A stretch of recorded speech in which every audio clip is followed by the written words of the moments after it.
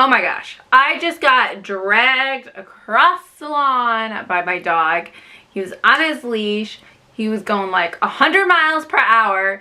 And I wanted to keep up with him because I was like, like don't choke on your leash there, buddy. So I was trying to keep up with him and I ended up stumbling, falling on all fours. He broke free. He ran some circles around me, didn't give two shits that I was down and out for the count. And then I brushed my muddy self off because it's slightly raining outside, and we went back in the house, and that was that. So in today's video, I'm going to be talking about the eyeshadow palettes that I would keep if I could only keep one palette from each brand. And this was very tough. Now, I'm not necessarily saying these are the best palettes that the brand has to offer, because one, in order to determine what palettes are the best, I would literally have to own every single palette from every single brand. And that's just not possible, even for a makeup lover like me. And also, makeup is just very subjective. And you will see that case in point when I show you my pick for Urban Decay, because I know for a fact a lot of people do not like this palette. But it just so happens to be my favorite. So literally, that's what this video is all about. It's just for fun. It's just showing you my favorite palettes from 8 different brands. I have 4 drugstore and 4 high-end. But before we get into the video, I do want to talk to you about a giveaway that I currently have going on my channel until May 1st. It is a makeup giveaway, and if you would like to see what the prizes are, I will leave the link below. It is my 100 subscriber giveaway video. The rules for entering are really simple. All you have to do is be a subscriber. You can either like this video or that video, and just leave a comment down below letting me know what you'd like to see me do next on this channel. And that's it. And unfortunately, at this time, it is only open to US residents. And I think that's everything I had to say about the giveaway, so let's get started on the video. Alright, I think I'm going to show you the Urban Decay palette last, because that one is kind of like, you're never going to believe that I chose this as my favorite palette. You're really not. You're going to be like, girl, what are you thinking? But it truly is my favorite, and I will show you why just a little bit. Alright, so let's discuss Too Faced first. Now, I have to be honest, I'm not huge into Too Faced. A lot of their palettes don't really interest me. I kind of find their color stories a little bit boring, but that's just me. Nothing bad on the brand. It's just doesn't appeal to me personally all the time. And I kind of find that their formula isn't always consistent. Like, sometimes I find that it's pretty good. Sometimes I find that it's okay. Like, I don't know. Is that just me? I think, like, depending on the size palette, like, sometimes the formula is weird. It's not really consistent. But I digress. It's not about Too Faced as a brand. It's about my favorite palette from them.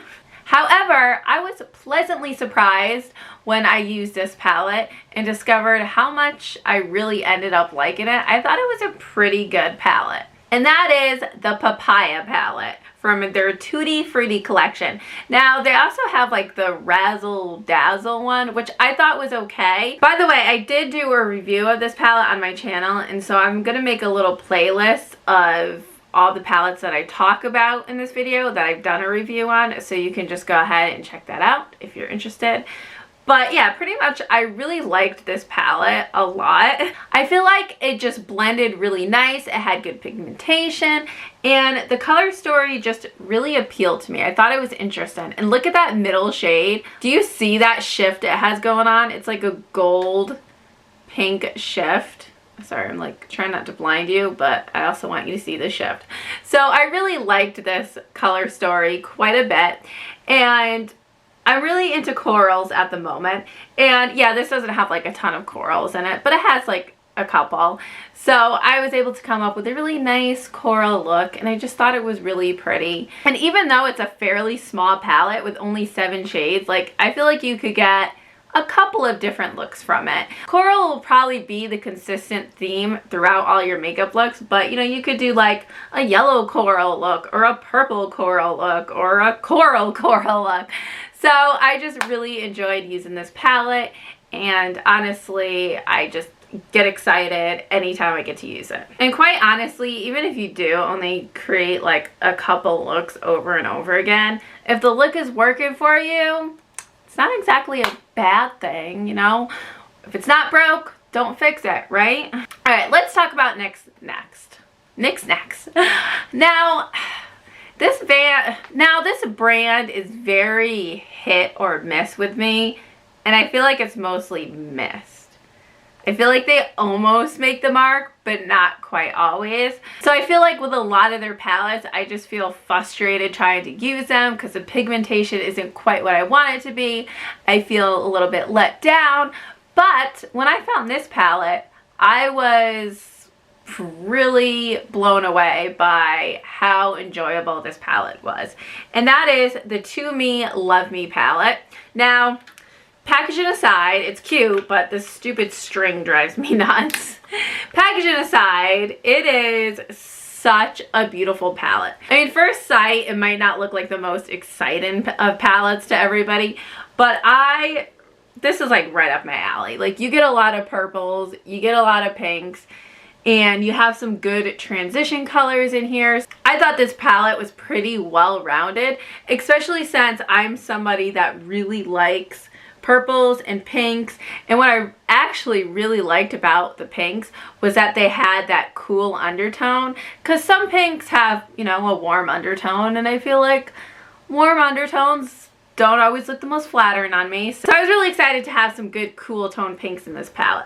Now, another thing that I really enjoyed about this palette was how you can create very different looks with this palette. If you want something a little bit more sweet and girly and like maybe like youthful, playful, whatever, you can go for that purple pink look. But if you want something a little bit more vampy, really kind of glam it up for the nighttime, you have all these shades over here. And in fact, this palette is so versatile that I did 2 videos showcasing the 2 very different looks you can get out of this palette, the daytime and the nighttime. So I just really thought this palette was where it was at, and I thought it was really good with pigmentation. I didn't struggle with it. I wasn't let down. I was just really excited about this palette. Okay, let's talk about Anastasia. It's not Anastasia, Beverly Hills. Now, overall, I feel like every palette that I've tried from them have been pretty good, and I'm not really let down by any of their palettes, but I think the one that takes the lead is just purely because of the color story, and that is the Riviera palette. Now, this is like a really bright and colorful palette, and for those of you who know me, I like me some bright and colorful looks. So this one was just kind of like a no-brainer. The only gripe I have about this palette is I wish this brown shade right here was a navy shade, because I feel like, oh, that would have just looked so good. So good. But fortunately, it's a brown, so I just have to deal with it. But it does have some really nice pops of color. You know, you've got the purple and the pink and the blue, green shade down there. And then, of course, you can just, you know, like tone it down a little bit with some of these other colors. So I don't know. I like me a good colorful palette, and I was just really excited when this palette was released, because I was like, oh my goodness. Anyway. Alright, so now for BH Cosmetics. BH Cosmetics is another brand that there's quite a few palettes that I really like from them. So this was a little hard to decide, but I think I have to go with the Lost in Los Angeles palette from their travel series, because look at this palette. To me, this is just like the quintessential, why can't I say that word? Quintessential. This is like the essential, we'll go with that, summer palette. Like, oh my gosh. So, like I said, I just really like corals at the moment. Like, I'm all about the corals. So, I have 3 really nice coral shades to choose from in this palette. But if I wanted to do like a blue summer look, I can do it. If I wanted to do a pinky purple summer look, I can do it. If I wanted to throw a little green in there, I could do it. Like, there's so many fun summer colors in this palette. I feel like the options are endless, and it is just so beautiful. I really like the shade right here, Rodeo Drive. It is just like this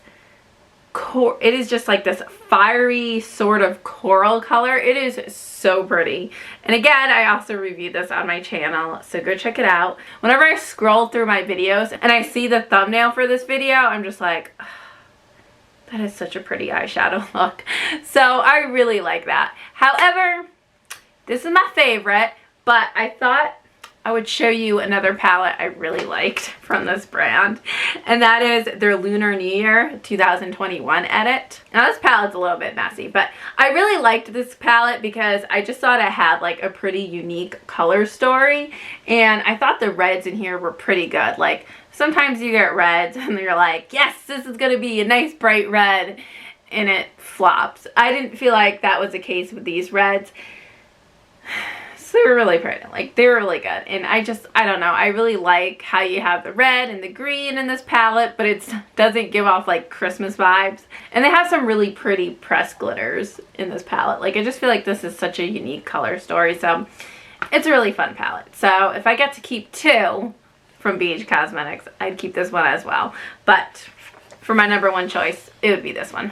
All right, now let's talk about Violet Voss. So my favorite palette from them is a Sakura Blossom palette, and it just looks like this, full of a ton of pink shades. Now, the reason why I chose this palette over the other ones, Violet Voss has a lot of mini palettes, and I feel like for some reason the formula in those just are not as good as their bigger palettes. Like, maybe it's because they're cheaper, so, you know, they're stepping down their formula game a little bit. But to me, I'm just like, I feel mediocre about their mini palettes. But I really tend to like their bigger palettes. And for me, this one was just so beautiful. I feel like Violet Voss has really nailed, I feel like Violet Voss has really nailed their shimmer game. Like, their shimmers are what they do best. Their mattes can be pretty good, but sometimes they can be a mess. But however, I feel like the mattes in this palette were overall like really good. They were all good. So I didn't have any complaints. And like, oh my gosh, look at this shade right here. This is such a pretty shimmery shade.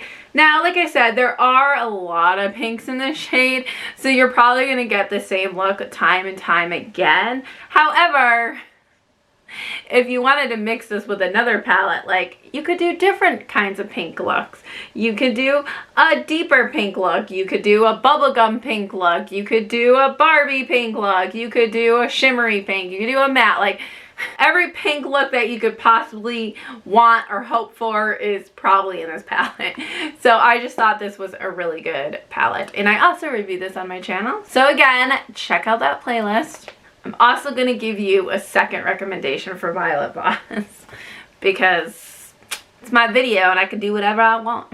So I'm going with the Sugar Crystal palette. That is because, like I said, I feel like their shimmers are where it's really at. And this palette is 2/3 shimmer, and they've got some really good ones, like this yellow one right down here, right there. That one is so beautiful. Oh my gosh. So I also did a review on this palette. Like, what palettes have I not done a review on? So go check it out. So you can kind of see a theme running through the palettes that I showed you. They're all pretty colorful because that's just what I gravitate towards. However, there are times where I kind of want like a neutral look. I'm just in the mood to tone it down a little bit. And when I get in that mood, you bet your bottom dollar I am reaching for Wet n Wild Coffee Cat palette. Now, it's very rare for me to get excited about a brown neutral palette. It just doesn't happen. But this one got me excited. It got me wanting to use it again. Because I feel like the colors in this palette were just so pigmented. They blended so nicely. I actually feel like the colors looked nice on me. Because sometimes, like I said, with the warm undertones, it can look a little bit tricky. And I'm just kind of like, oh, I don't really like it. But this one I felt looked pretty decent on me. And it's got a terrible coffee smell, which is not the reason why I like this palette. Loses a point for that. But anyways, I felt like it looked pretty nice on me, and because I have like the bluish eyes, like the browns and the golds make my eyes pop a little bit more. So I felt like this palette did a good job of really making my eyes pop, I guess. So I feel like this palette just made me feel good about the eyeshadow that I had on my eyes, because like I said, I don't always feel the greatest or the prettiest in brown neutral colors, but this one actually made me feel really good, and I was just super impressed by the formula for like a $10 palette.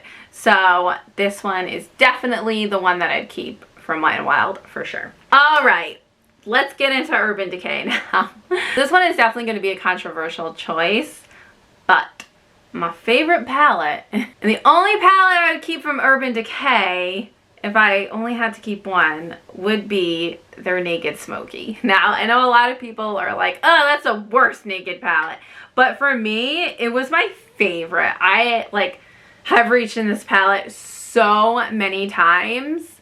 And in fact, when I went on vacation last year, I actually took this palette with me and like 2 others, but that was it. And I didn't even reach into one of the palettes. So it was just this and the other palette I took with me. And the reason why I like this palette so much is because I feel like it just has so many good staple shades for me. Like I have these 2 lighter shades over here, which I feel like can be a really good base when I need it. And I've got like this whole array of like smoky colors right here, which I can use to line the lower lash line. And I've got a couple of shimmery shades right here, which I can use to like highlight the brow bone. And so I just feel like this palette definitely has like a lot of staples in it. Not staples, but like, not actual staples, but like staple colors. So like you could see like down here, you could see all the times I've dug my brush into this palette right here. And not to mention, another reason why I really like this palette is I'm not afraid to rock a smoky eye every now and again. Like I love smoky eyes. Like those are one of my favorite looks. So obviously when I'm in the mood to do that, out comes the Naked Smoky. So yeah, this is for sure my favorite palette from Urban Decay, and like honestly is probably one of my most used palettes in my entire collection. No joke. Now the final brand that I chose was ColourPop. You guys, I love ColourPop. I literally have like all their palettes, which I want to do a top 10 video from them because this was so insanely hard to pick one. In fact, I couldn't pick one. I picked 2, and even that was a struggle. I just love this brand so much. Okay, so, but if I had to choose a number one palette, I think it would be the Mint to Be palette. The reason why I chose the Mint to Be was I was considering all the other palettes that I kept and what color story I didn't have yet. Now the reason why it was so hard to pick just one ColourPop palette is because I feel like their formula is pretty consistent across the board. It is pretty great. Like yeah, I get the occasional eyeshadow where I'm like, this kind of sucks. Like in their It's My Pleasure palette, there's this one purple shade, I'm like, oh god. Like I was so frustrated by it. But overall, like their palettes are all really great.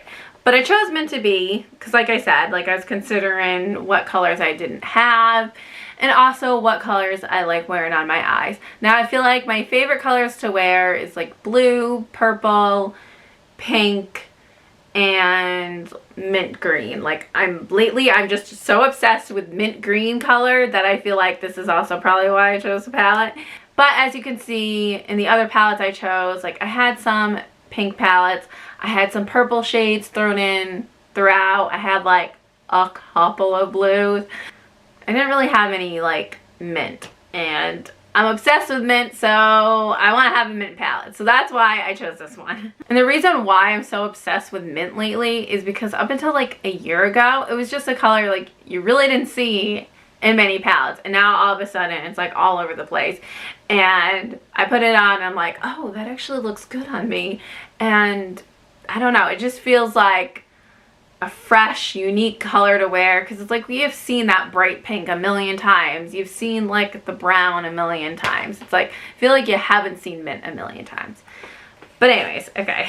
So the other palette I chose And I chose it because looking through the palettes that I was keeping, I was like, I don't really have any fall options really, so I need a fall palette. So I chose the Whatever palette from ColourPop, and the reason why I chose this one is because I actually really liked the look I came up with this one. You know, obviously it was a nice little fall look, and I had this really pretty pressed glitter on over it, and it just looked so gorgeous, and I was just like, ugh, I need to do this look all the time. And I got a compliment on my makeup when I was wearing this palette, so I was just feeling really good, and I'm thinking, yeah, I definitely want to keep this in my collection for the long haul. So if I get to choose two, then I choose that one as well, but ultimately it would be the Mint palette. Alright, now that I feel like I need a glass of water because I did non-stop talking for the past like 30 minutes probably. I hope you enjoyed that video. And I'm really curious, out of the brands I mentioned, which palette would be your holy grail, the one that you would keep with you? Because I am so sure that you would disagree with me on probably maybe all of these. But yeah, there you have it. There's my video. Be sure to subscribe because next I'm going to talk about the palettes from each brand that has to go. Like the first one that would be on the chopping block. So yeah, be sure to subscribe because you really don't want to miss a good shit talking video. Am I right? Alright, there you have it. So yeah, bye.